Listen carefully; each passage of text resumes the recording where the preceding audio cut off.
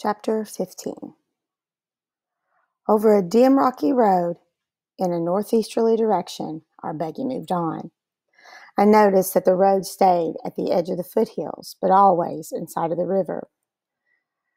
About the middle of the afternoon, we stopped at a small stream to water the team. Papa asked Grandpa if he intended to go all the way to the campground before stopping. "No," he said. "I figure I'll put up for the night when we reach Bluebird Creek. With a good early start in the morning, we can make the campgrounds and plenty of time to pitch our tent and set up camp." Late that evening, we reached Bluebird Creek. We didn't set up our tent. With a tarp, we made a lean-to and built a large fire out in front of it. While Grandpa fed and watered the team, Papa and I carried our bedding to shelter and made down our beds. Grandpa said, "While we're cooking supper, you see to your dogs, feed them, and fix them a warm bed." "I figured to cook them some cornmeal mush," I said. "That's what they're used to eating." "Mush?" Grandpa growled. "They're not going to have mush, not if I can help it." He walked over to a grocery box, mumbling as he did. "Mush! A hound can't hunt on a belly full of that stuff." He came back and handed me 2 large cans of corned beef hash, saying, "Here, reckon they'll eat this?" I wanted to hug my old grandpa's neck. "Sure, Grandpa," I said. "They'll love that." Opening one of the cans, I dumped it out on a piece of bark in front of old Dan. He sniffed at it and refused to eat. I laughed, for I knew why. While I was opening the other can, Grandpa came over. "What's the matter?" he asked. "Won't he eat it?" "Sure, Grandpa," I said. "He'll eat, but not before Lil Ann gets her share." With the second can open, I fed her on another piece of bark. Both of them started eating at the same time. With an astonished look on his face, Grandpa exclaimed, "Well, I'll be darned. I never saw anything like that. Why, I never saw a hound that wouldn't eat. Did you train them to do that?" "No, Grandpa," said. "They've always been that way. They won't take anything away from each other, and everything they do it as one." Papa had overheard our conversation. He said, "You think that's strange? You should have seen what I seen one day. One of the girls threw 2 cold biscuits out in the backyard to old Dan. He stood and looked at them for a bit. Then, picking both of them up in his mouth, he trotted around the house. I followed just to see what he was going to do. He walked up in front of the doghouse, laid them down and growled. Not like he was mad. It was a strange kind of growl. Little Ann came out of the doghouse, and each of them ate a biscuit. Now I saw this with my own eyes. Believe me, those dogs are close to each other. Real close." After Papa had stopped talking, silence settled over the camp. Grandpa stood staring at my dogs, and in a slow voice, as if he were picking his words, he said, "You know, I've always felt like there was something strange about those dogs. I don't know just what it is. I can't exactly put my finger on it yet. I can feel it. Maybe it's just my imagination. I don't rightly know." Turning to my father, he said, "Did you ever notice the way they watch this boy? They see every move he makes." Papa said, "Yeah, I noticed a lot of things they've done. In fact, I could tell you a few that you would never believe. But right now, here's something you had better believe. Supper is ready." While I was helping myself to hot Dutch oven cornbread, fried potatoes, and fresh side meat, Grandpa poured the coffee. Instead of 2 cups I expected to see, he set out 3 and filled them to the brim with the strong black liquid. I'd never been allowed to drink coffee at home and didn't exactly know what to do. I glanced at Papa. He seemed too busy with his eating to pay any attention to me. Taking the bull by the horns, I reached over and ran my finger through the cup handle. I held my breath as I walked over and sat down on a post oak stump. Nothing was said. Grandpa and Papa paid no attention to what I did. My head swelled up as big as a number 4 wash tub. I thought, I'm not only big enough to help Papa with the farm, now I'm big enough to drink coffee. With supper over and the dishes washed, Grandpa said, "Well, we better turn in, as I want to get an early start in the morning." Long after Grandpa and Papa had fallen asleep, I lay thinking of the big hunt. My thoughts were interrupted when the wonders of night life began to stir in the silence around us. From a ridge on our right, a red fox started barking. He was curious, and in his small way, challenging the intruders that had dared to stop in his wild domain. From far back in the flinty hills, the monotonous call of a hoot owl floated down in the silent night. It was the mating call and was answered from a distant mountain. I could hear the stamping feet of our horses and the grinding, crunching noise made by their strong teeth as they ate the hard yellow corn kernels of corn in their feed boxes. A nighthawk screamed as he winged his way through the starlit night. An eerie screech from a tree close by made shivers run up and down my spine. It was a screech owl. I didn't like to hear the small owl, for there was a superstition in the mountains concerning them. It was said that if you heard one owl, it meant nothing at all, but if you heard more than one, it meant bad luck. I lay and listened to the eerie twittering sound. It was coming from the left of our camp. The creepy noise stopped, and for several moments there was silence. When next I heard the cry, it was coming from the right. I set up in alarm. Had I heard two owls? My movement had awakened Grandpa. In a sleepy voice he asked, "What's the matter? Can't you sleep? Why are you sitting up like that for?" "Grandpa, I heard two screech owls," I said. Grunting and mumbling, he sat up. Rubbing the sleep from his eyes, he said, "You heard two screech owls? Why, that's nothing. I heard two. Oh, I see. You're thinking of the bad luck superstition. There's nothing to that. Nothing at all. Now you lie down and go to sleep. Tomorrow's going to be a big day." I tried hard to fall asleep, but couldn't. I couldn't get the owls out of my mind. Had I really heard two? Were we going to have bad luck? Surely nothing bad could happen.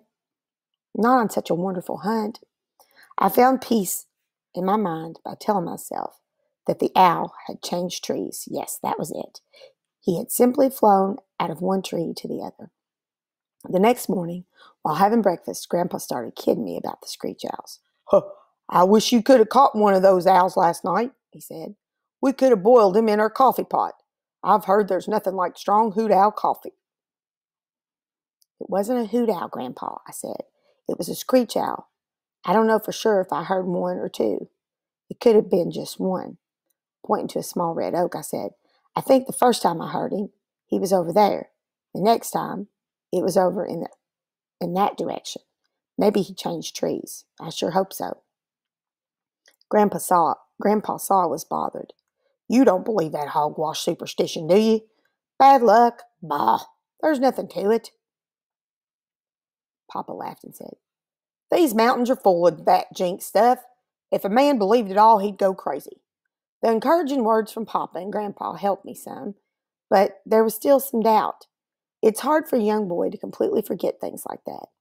Breakfast over and our gear stowed back in the buggy, we left Bluebird Creek. On that day, Grandpa drove a little faster than he had on the previous one. I was glad for this, for I was anxious to reach the campground. About noon, he stopped the team.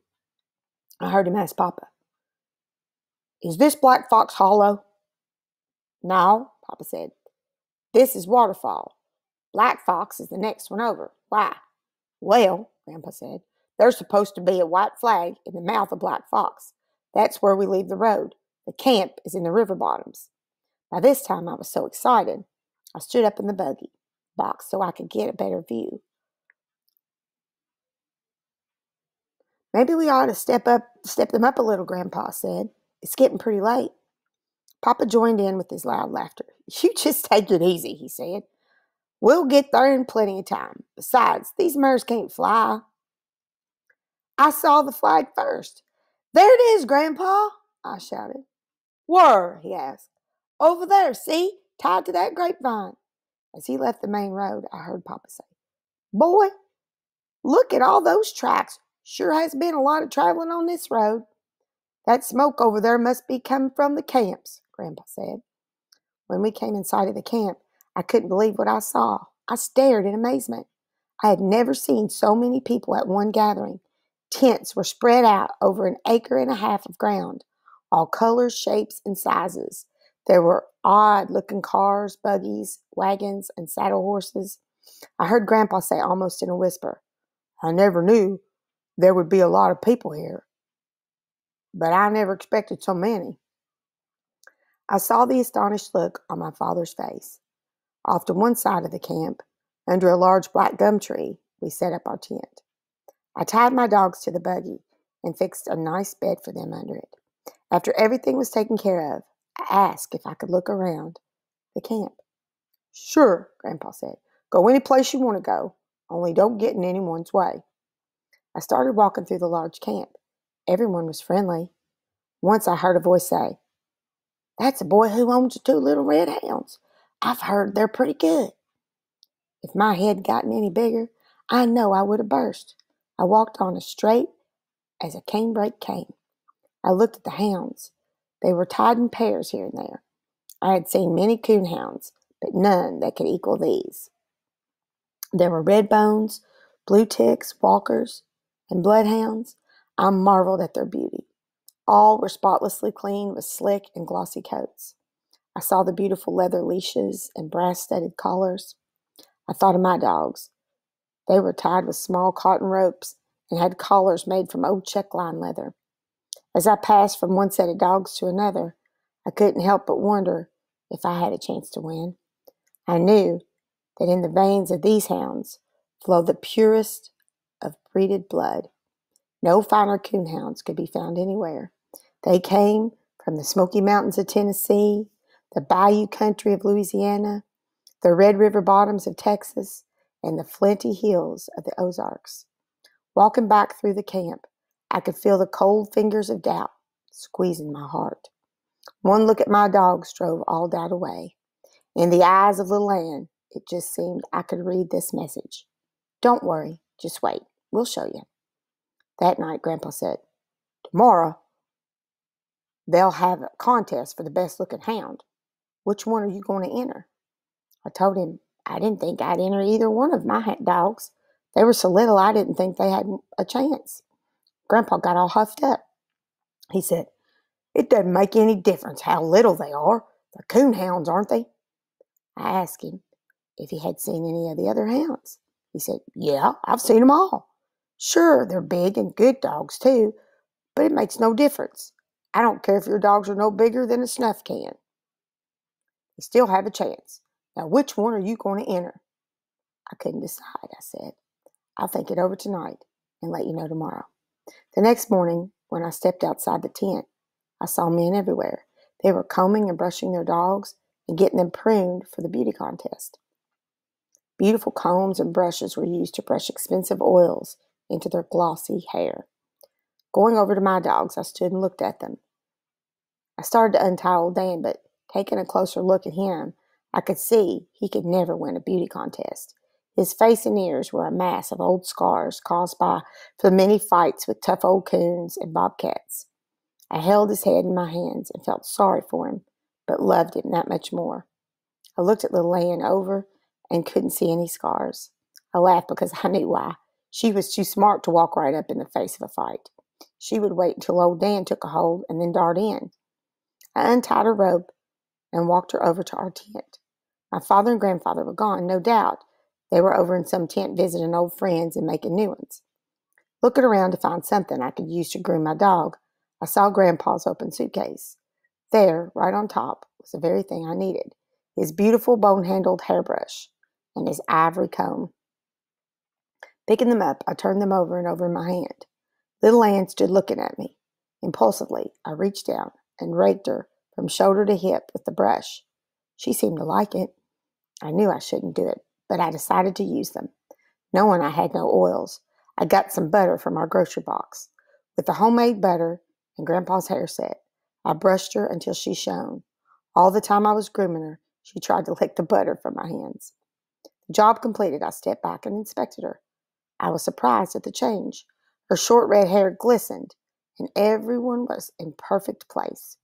Shaking my finger at her, I said, "If you lay down and roll, I'll wear you out," although I knew I wouldn't. Hearing a lot of movement outside, I looked out. Men were setting their dogs on a long table, which had been built in the center of the campground. Leading the lamb to it, I picked her up and set her on the table too. I told her to act like a lady. She wagged her tail as though she understood. I untied the rope and stepped back. After the dogs were all lined up, the judging started. 4 judges walked around and around the table, looking at them from all angles. When one of them would point at a hound, he was taken down and eliminated from the contest. Dog after dog was disqualified. The lamb was still on the table. My eyes were wide, my throat dry, and my heart thumping. One judge stopped in front of little Ann. My heart stopped too. Reaching over, he patted her on the head. Turning to me, he asked, "Is this your dog?" I couldn't speak. I just nodded my head. He said, "She's a beautiful hound." He walked on down the line, and my heart started beating again. There were 8 dogs left. Little Ann was still holding her own. Then there were 4. I was ready to cry. 2 more were taken down. Little Ann and a big Walker hound owned by Mr. Kyle were the only ones left. The judges couldn't seem to make up their minds. Everyone started shouting, "Walk them, walk them." I didn't know what they meant. Mr. Kyle and I were told to go to one end of the table. Our dogs were placed on the other end. Mr. Kyle snapped his fingers and called his dog. The big hound started walking toward his master. What a beautiful sight it was. He walked like a king. His body was stiff and straight, his head high in the air. His large muscles quivered and jerked under his glossy coat. But something went wrong. Just before he reached the end, he broke his stride, turned, and jumped down from the table. A low murmur ran through the crowd. It was my turn.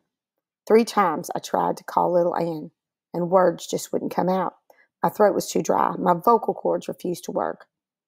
But I could snap my fingers. That was all I needed. She started toward me. I held my breath, and there was silence all around me, as graceful as any queen, with her head held high in the air and her long red tail arched in a perfect rainbow. My little dog walked down the table, with her warm gray eyes staring straight at me. On she came. Walking up to me, she laid her head on my shoulder. As I put my arms around her, the crowd exploded. During the commotion, I felt hands slap at me on the back and heard the word "congratulations" time after time. The head judge came over and made a speech, handing me a small silver cup. He said, "Congratulations, son. It was justly won." The tears came rolling. I gathered my dog up in my arms and walked to our tent. Grandpa followed proudly, carrying the cup. That evening, the head judge stepped up on the table. He had a small box in his hand, and he shouted, "Over here, men. I have some announcements to make." We all gathered around. In a loud voice, he said, "Gentlemen, the contest will start tonight. I'm sure most of you men have been in these hunts before. For those of you who haven't, I will explain the rules. Each night, 5 sets of dogs will be taken out to hunt. A judge will go along with each pair of hounds. Every morning, the judges will turn in that night's catch. The 2 hounds that tree the most coons will qualify for the championship runoff. The other 4 sets will be eliminated from the hunt. Of course, if there is a tie, both sets will qualify. On the following nights, only those hounds tying the first night's score or getting more will be in the runoff. Now, gentlemen, this hunt must be carried out in a sportsmanlike way. If the coon is treed where he can't be caught, such as in a bluff, it will not be counted. You must catch the coon, skin it, and turn the hide over to your judge. You are allowed to take an axe, a lantern, and a gun with birdshot, which you can use to get the coon out of a tree. 25 sets of hounds have been entered in the hunt. In this box, I have 25 cards. Everyone in the contest will now line up for the drawing. The cards you draw will tell what night your hounds are to hunt. Walking along the line, I noticed the beautiful red coats, the caps, and the soft leather boots worn by the other hunters. I felt out of place in my faded blue overalls, my old sheepskin coat, and scuffed and worn shoes. But to the wonderful men, it made no difference. They treated me like a man and even talked to me like a man. When it came my time to draw, my hand was shaking so hard I could hardly get it in the box. Pulling the card out, I saw I had drawn the fourth night. After the hunters had left, we stood around our fire, sipping strong black coffee and listening to the baying of the hounds. Time after time, we heard the tree bark. Once, 2 hounds came close to the camp. Hot on the trail, we listened to their steady bawling. All at once, they stopped. After several minutes of waiting, a hunter said, "You know what? That old coon took to the river in the same way. In some way, he's fooled those dogs." Another one said, "Yes, sir, he sure has." A friendly hunter looked at me and asked, "Do you think he could have fooled your dogs?" Thinking his question over, I said, Sometimes when I'm hunting, away back in the mountains or down on the river, I sing a little song I made up myself. One of the verses goes like this: "You can swim the river, old Mr. Ringtail, and play your tricks out one by one. It won't do any good, old Mr. Ringtail. My little Ann knows everyone." The hunters roared with laughter. Some slapped me on the back. Tired and sleepy, but with a smile on my face, I went off to bed. The next morning, 2 blue tick hounds from the Smoky Mountains of Tennessee came out in the lead with 3 big coons to their credit. The other 4 sets were eliminated. The following morning, all 5 sets of dogs were eliminated. None had even tied the blue ticks, although 2 sets had gotten 2 coons, and one of these had treed a third in the bluff. That day, while eating dinner, my grandfather asked me if my dogs had ever treed 3 coons in one night. I said, "Yes, 4 different times, but that's all." "Where do you think we should hunt on our night?" Papa asked. I told him if we could get our judge to go with us in the buggy, we would be better off if we could go far downriver and get out of the range of where the other dogs hunted. He said, "That's a good idea. I'll go see the judges about it." While I was washing the dishes, Grandpa said, "I think I'll shave." Well, I should have left the tent then, but I wasn't done with my dishwashing. With a pin, Grandpa hung a small mirror on the tent wall. After much snorting, mumbling, and screwing up of his face this way and that, the job was completed. Dabbing a little water on his iron gray hair, he reached for his brush and comb. From the corner of my eye, I watched him. I had tried to clean the beautiful brush, but hadn't been able to get the short red hair from it. With 2 fingers, Grandpa pulled some of the hair from the bristles. Holding it up in front of him, he looked it over carefully, and then bending close to the mirror, peeking over his glasses, he inspected his head. Straightening up, he looked at the brush again. Turning around quickly, he looked straight at me and said, "Say, young..." Not waiting for anything more, I scooted for the door. Crawling under the buggy, I lay down between my dogs. I knew he wouldn't be mad at me, but it would be best to stay away for a while. The third night, the blue ticks were tied by 2 black and tan hounds from the bayou country of Louisiana. All that day, I was restless. I prowled through the camp. Every little while, I would go and see how Old Dan and Little Ann were. Once, I took 2 hot dogs from our groceries. I heated them and gave them to my dogs for a treat. Old Dan swallowed his down in one gulp and looked at me as if to say, "Is that all?" Little Ann ate hers in a ladylike way. I could have sworn I saw a small grin on her face. Grandpa was hopping around like a grasshopper, going here and there. Once, passing a tent, I heard his voice. I knew he was bragging about my dogs. I smiled to myself. Another hunter stopped me and asked, "Is it true that your hounds have treed 6 coons in one night, 3 up in one tree? Or is that old man just blowing off steam?" I told him my grandfather had a little steam, but he was the best grandpa a boy ever had. He patted me on the head, turned, and walked away, laughing. Chapter 16. In the afternoon, our judge came over and introduced himself. He told us he'd be going with us that night. About sundown, we piled into our buggy and drove a few miles downriver. I noticed other hunters were doing the same thing. Everyone was trying to get away from the already hunted territory. It was dark by the time Grandpa stopped. I untied the ropes from my dogs. Little Ann reared up on me and whined. Old Dan walked off a few yards, stretched his body, and dragged his claws through the soft bottom soil. Opening his mouth, he let out one loud bawl and then disappeared in the thick timber. Little Ann was right on his heels. We took off after them. Grandpa got nervous. He said to me, Don't you think you ought to whoop to them? I told him to wait a little while. There would be plenty of time for whooping. He snorted and said he thought a hunter always whooped to his dogs. I do, Grandpa, I said, but not before they strike a trail. We walked on. Every now and then we would stop and listen. I could hear the loud snuffing of old Dan. Once we caught a glimpse of little Ann as she darted across an opening that was bathed in moonlight. She was as silent as a ghost and as quick as a flitting shadow. Papa said, "It sure is a beautiful night for hunting." The judge said, "You can't beat these Ozark Mountain nights for beauty. I don't care where you go." Grandpa started to say something. His voice was drowned out by the bell-like cry of little Ann. In a whisper, I said, "Come on, Dan. Hurry and help her." As if in an answer to my words, his deep voice hammered its way up through the river bottoms. I felt the blood tingling in my veins. That wonderful feeling that only a hunter knows crept over my body. Looking over at Grandpa, I said, "Now you can whoop." Jerking his hat off and throwing back his head, he let out a yell. It wasn't a whoop or a screech. It was about halfway between, and everyone laughed. The coon was running upriver toward our campground. We turned and followed. I could tell by the dogs' voices that they were running side by side and were hot on the trail.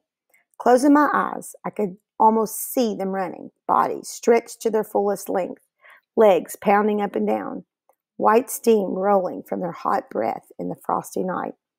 Grandpa got tangled up in some underbrush and lost his hat and spectacles. It took us a while to find the glasses. Papa said something about getting them wired on with baling wire. Grandpa snorted, and the judge laughed. The coon crossed the river and ran upstream. Soon my dogs were out of hearing distance. I told Papa we'd better stay on our side of the river and keep going until we could hear them again. 20 minutes later, we heard them coming back. We stopped. "I think they've crossed back to our side," I said. All at once, the voices of my dogs were drowned out by a loud roar. "What was that?" Grandpa said. "I don't know," the judge said. "Reckon it's the wind or thunder." About that time, we heard it again, and the judge started laughing. "I know what it is," he said. "Those hounds have run that coon right back by our camp. That noise we heard was the other hunters whooping to them." Everyone laughed. A few minutes later, I heard my dogs bawling treed. On reaching the tree, Grandpa ran his hand back under his coat, pulled out Papa ran his hand back under his coat, pulled out Grandpa's gun. "That's a funny-looking gun," the judge said. "It's a 410-gauge pistol, isn't it?" "It's the very thing for this kind of work," Papa said. "You couldn't kill a coon with it if you tried, especially if you're using birdshot. All it will do is sting his hide a little." At the crack of the gun, the coon gave a loud squall and jumped. My dogs lost no time in killing him. We skinned the coon and soon were on our way again. The next time my dogs treed, they were across the river from us.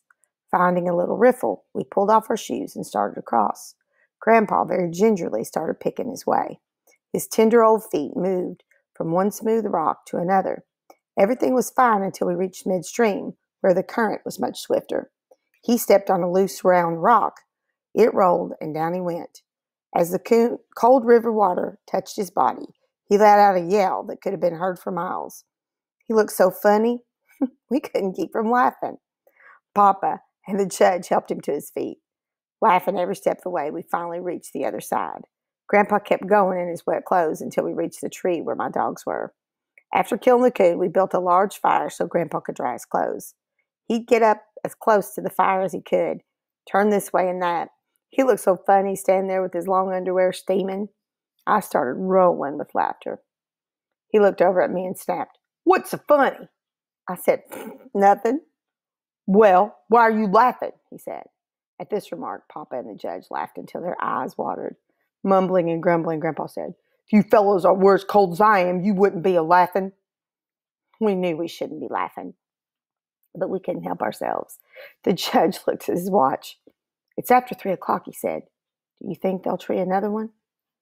As if to throw the words back at the judge's face, old Dan opened up. I stood up and whooped, "Woo-wee! Get him, Dan! Get him! Put him up at the tree!" There was a mad scramble. Grandpa tried to put his breeches on backwards. The judge and Papa ran over to help him with his shoes. Each one tried to put his shoe on the wrong foot. I was laughing so hard I could do nothing. 100 yards from the fire, I realized we had forgotten the coonskins, and I ran back for them. My dogs had jumped the coon in swampland. He tore out for the river bottoms. I could tell they were close to him by their fast bawling. All at once, their baying stopped. We stood still and listened. Old Dan bawled treed a few more times and then stopped. Grandpa asked, "What's happened?" I told him the coon had probably pulled some kind of trick. Coming up to my dogs, we saw they were working up and down an old rail fence. We stood and watched. Every now and then, old Dan would rear up on the large hackberry tree that was standing about 7 feet from the fence and bawl treed. As yet, little Ann had not bawled the tree bark. We watched her. She was working everywhere. She climbed up on the rail fence and followed its zigzag course until she disappeared in the darkness. I told Papa I was sure the coon had walked the rail fence in some way, had fooled my dogs. Old Dan would keep coming back to the hackberry tree. He would rear up on it and bawl treed. We walked up to him, looking the tree over. We could see the coon wasn't in it. The judge said, "Looks like he has them fooled." "Maybe you better call him off," Grandpa said. "We can go someplace else and hunt. We've got to get one more coon, even if I have to tree it myself." For some reason, no one laughed at his remark. "It's almost daylight," Papa said. "Yes, that's what has me worried," I said. "We don't have time to do any more hunting. If we lose this one, we're beat." Hearing the word beat, Grandpa began to fidget. He asked me, "What do you think happened? How'd that coon fool him?" "I don't know for sure," I said. "He walked that rail fence. The hackberry tree has something to do with his trick, but I don't know what." "Son," the judge said, "I wouldn't feel too badly if I were you. I've seen some of the very best hounds fooled by a smart old coon." Regardless of all the discouraging talk, the love and belief I had in my little red hounds never faltered. I could see them now and then, leaping over old logs, tearing through the underbrush, and sniffing and searching for the lost trail. My heart swelled with pride. I whooped, urging them on. In a low voice, the judge said, "I'll say one thing. They don't give up easy." Birds began to chirp all around us. The sky took on a light gray color. Tiny dim stars were blinking the night away. "Looks like we're beat," Papa said. "It's getting daylight." At that moment, the loud, clear voice of a red-boned hound bawling treed rang through the river bottoms. It was the voice of Lil Ann. Sucking in a mouthful of air, I held it. I could feel my heart pounding against my ribs. I closed my eyes tight, gritted my teeth to keep the tears from coming. "Let's go to them," Grandpa said. "No, wait a minute," I said. "Why?" he asked. "Wait till old Dan gets there," I said. "It's daylight now, and if we walk up to the tree, the coon will jump out. It's hard to keep a coon in a tree after daylight. Let's wait until old Dan gets there. Then if he jumps out, he won't have any chance to get away." "The boy's right," the judge said. "It's hard to keep a coon in the tree after daybreak." Just then we heard old Dan. His deep voice shattered the morning silence. Searching for the lost trail, he had crossed the fence and worked his way out into an old field. Turning around, we saw him coming. He was a red blur in the gray morning shadows. Coming to the rail fence and without breaking his stride, he raised his body into the air. About halfway over, and while still in the air, he bawled. Hitting the ground with a loud grunt, he ran past us. Everyone whooped to him. Ahead was a deep washout about 10 feet wide. On the other side was a canebrake. His long red body, stretched to its fullest length, seemed to float in the air as he sailed over it. He could hear the tall stalks rattling as he plowed his way through them. A bunch of sleepy snowbirds rose from the thick canebrake, flitted over, and settled in a row on the old rail fence. Nearing the tree, we could see it was a tall sycamore, and there high on the top was a coon. Grandpa threw a fit. He hopped around, whooping and hollering. He threw his old hat down on the ground and jumped up and down. Then he ran over and kissed Little Ann right on the head. After we killed and skinned the coon, the judge said, Let's walk back to that old fence. I think I know how that old fellow pulled his trick. Back at the fence, the judge stood and looked around for a few minutes. Smiling, he said, "Yep, that's how he did it." "How?" Grandpa asked. Still smiling, the judge said, "That old coon walked this rail fence, coming even with the hackberry tree, and leaped up on its side and climbed up. Notice how thick the timber is around here. See that limb way up there in the top? The one that runs over almost touches the sycamore?" We saw what he meant. The coon walked out on that limb, he said, leaped over and caught the sycamore limb. Repeating this over and over from tree to tree, he worked his way far out into the river bottoms. What I couldn't figure out is how that hound found him. Gazing at little Ann, he shook his head and said, "I've been hunting coons and judging coons for 40 years, but I've never seen anything like that." He looked at me. "Well, son," he said, "you've tied the leading teams. There's only one more night of eliminations. Even if some of them get more than 3 coons, you'll still be in the runoff. And from what I've seen here tonight, you have a good chance of winning that cup." I knew that little Ann had scented the coon in the air, the same as she had done the ghost coon. I walked over and knelt down by her side. The things I wanted to say to her, I couldn't, for the knot in my throat. But I'm sure she understood. As we came to the campground, the hunters came out of their tents and gathered around us. The judge held up the 3 big coon hides. There was a roar from the crowd. One man said, "That was the most beautiful sight I've ever seen." "What was a beautiful sight?" Grandpa asked. "Last night, those little red hounds brought that coon right through camp," the judge said. "We figured they did when we heard the noise." Laughing, the man said, "We heard them when they ran up on the other side of the river. Way up above here, they crossed over. We could not tell they were coming back, so we doused all the fires, and sure enough, they went right through the camp. Those 2 little hounds were at 50 yards behind that coon, running side by side. Boy, they were picking him up and laying him down and bawling every time their feet touched the ground. I'll tell you, it was the prettiest sight I ever saw." When the judge started telling about the last coon little Ann had treed, I took my dogs over to our tent and fed and watered them. After they had their fill, I gave them a good rub down and a piece of gunny sack. Taking them out to the buggy, I tied them up. I stood and watched while they twisted around in the hay, making their bed. That day, I tried to get some sleep in our tent, but the soaking Grandpa had taken in the river had given him a cold, causing him to snore. I never heard such a racket in all my life. I'd have sworn he rattled the paper sacks in our grocery boxes. Taking a blanket, I went out to my dogs. Little Ann had wiggled up as close to old Ann as she could. Prying them apart, I lay down between them and fell asleep. The last night of the eliminations turned out like the second night. None of the judges turned in more than 2 hides.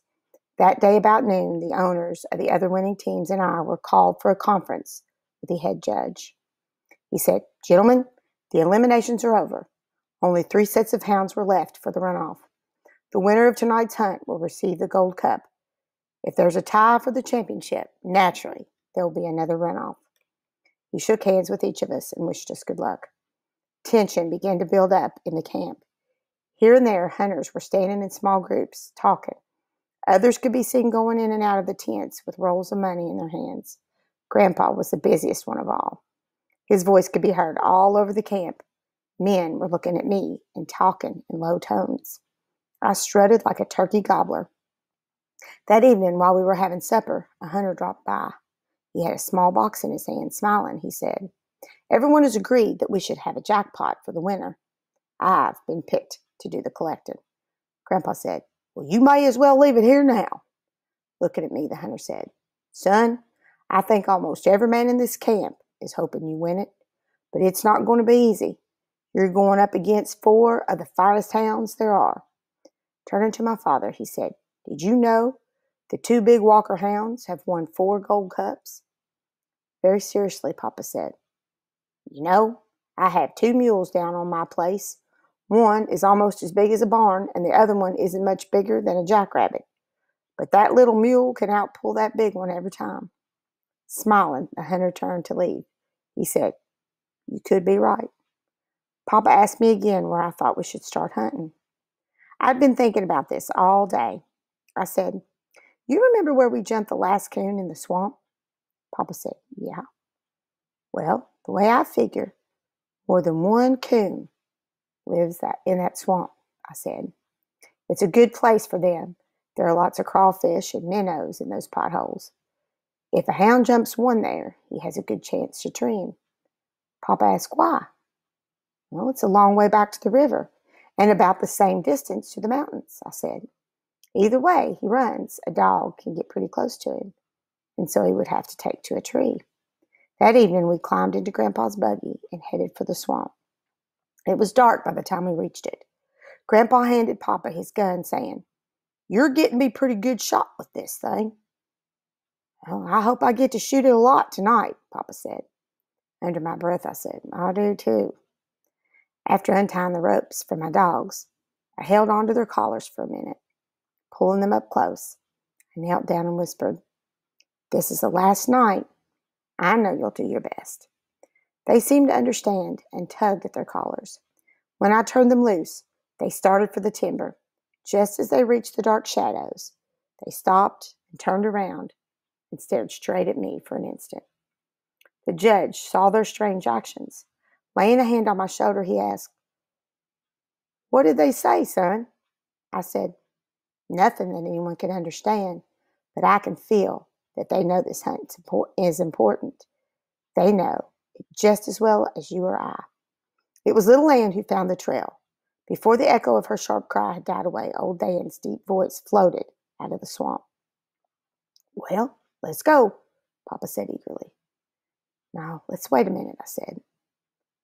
"Wait? Why?" Grandpa asked. "To see which way he's going to run," I said. The coon broke out of the swamp and headed for the river. Listening to my dogs, I could tell they were close to him. I said to Papa, "I don't think he'll ever make it to the river." They're right on his heels now. By the time we circled the swamp, they were ball and treed. The judge said, "Boy, that was fast." I felt my father's hand on my shoulder. Looking at me, he smiled and nodded his head. Papa and I knew I had judged the coon perfectly. He didn't have time to reach the river or the mountains. My dogs had treed the coon in a tall ash which stood about 50 yards from the river. I knew the 50 yards had saved us a good hour because he could have pulled a trick if he'd gotten in the water. We spied the coon in the topmost branches. At the crack of the gun, he ran far out on a limb and jumped. He landed on an old fallen treetop. He scooted through it, coming out on the other side. He ran for the river. The tangled mass of limbs slowed my dogs, and they all but tore the treetop apart getting at it. The coon was just one step ahead of them. As they reached the river, we heard them hit the water. Running over, we stood and watched the fight. The coon was at home in the river. He crawled up on Old Dan's head, trying to force him under the water. Before he could do it, Little Ann reached up and pulled him off. In a scared voice, Papa said, "That water looks deep to me." "Maybe you better call them off," said the judge. "That's a big goat coon, and he could drown one of them easy in that deep water." "Call them off?" I said. "Why, you couldn't whip them off with a stick. There's no use for anyone to get scared. They know exactly what they're doing. I've seen this more times than one." Grandpa was scared and excited. He was jumping up and down and whooping and hollering. Papa raised the gun to aim. I jumped and grabbed his arm. "Don't do that," I yelled. "You're sure to hit one of my dogs." Round and round in the deep water, the fight went on. The coon climbed on Old Dan's head and sank his teeth in one of his long, tender ears. Old Dan bawled with pain. Little Ann swam in and caught one of the coon's hind legs in her mouth. She tried hard to pull him off. All three disappeared under the water. I held my breath. The water churned and boiled. All three came to the top about the same time. The coon was between the bank and we were standing on, and my dogs. He swam towards us. They caught him again just as he reached the shore. He fought his way free and ran for a large sycamore. Old Dan caught him just as he started up. I knew that was the end of the fight. After it was over and the coon had been skinned, Grandpa said, "I hope we don't have to go through that again tonight. For a while I sure thought your dogs were goners, the judge said. Well, have you ever seen that? Look over there. Old Dan was standing perfectly still, with eyes closed and head hanging down. Little Ann was licking at his cut and bleeding ears. She always does that, I said. If you'll watch, when she gets done with him, he'll do the same for her. We stood and watched until they had finished doctoring each other. Then, trotting side by side, they disappeared in the darkness. We followed along, stopping now and then to listen.